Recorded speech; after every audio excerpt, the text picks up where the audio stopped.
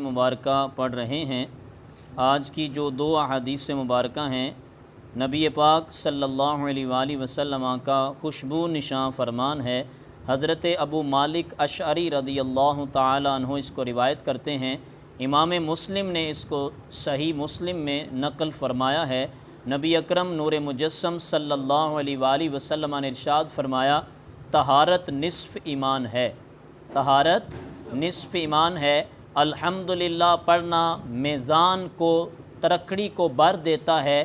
سبحان اللہ، الحمدللہ پڑھنا یہاں ایک لفظ ہے، یعنی یا دو لفظ ہیں، سبحان اللہ یا الحمدللہ ملا کے پڑھنا، یا صرف سبحان اللہ الگ پڑھنا الحمدللہ الگ پڑھنا۔ فرمایا سبحان اللہ الحمدللہ پڑھنا یہ آسمان اور زمین کے درمیان موجود جگہ کو بھر دیتے ہیں۔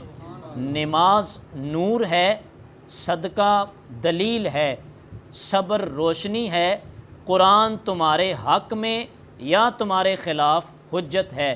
اگر تم قرآن کے اوپر چلو گے، اس کے احکامات کو مانو گے تو یہ تمہارے لیے تمہارے حق میں ہوگا، اور اگر تم قرآن کے مخالف چلو گے تو یہ پھر تمہارے خلاف حجت بنے گا۔ اگر قرآن کا استعمال تم نے اپنی خواہشات کے لیے کیا اور قرآن کا استعمال تم نے فتنہ و فساد کے لیے کیا، پھر یہ تمہارے خلاف حجت ہوگا۔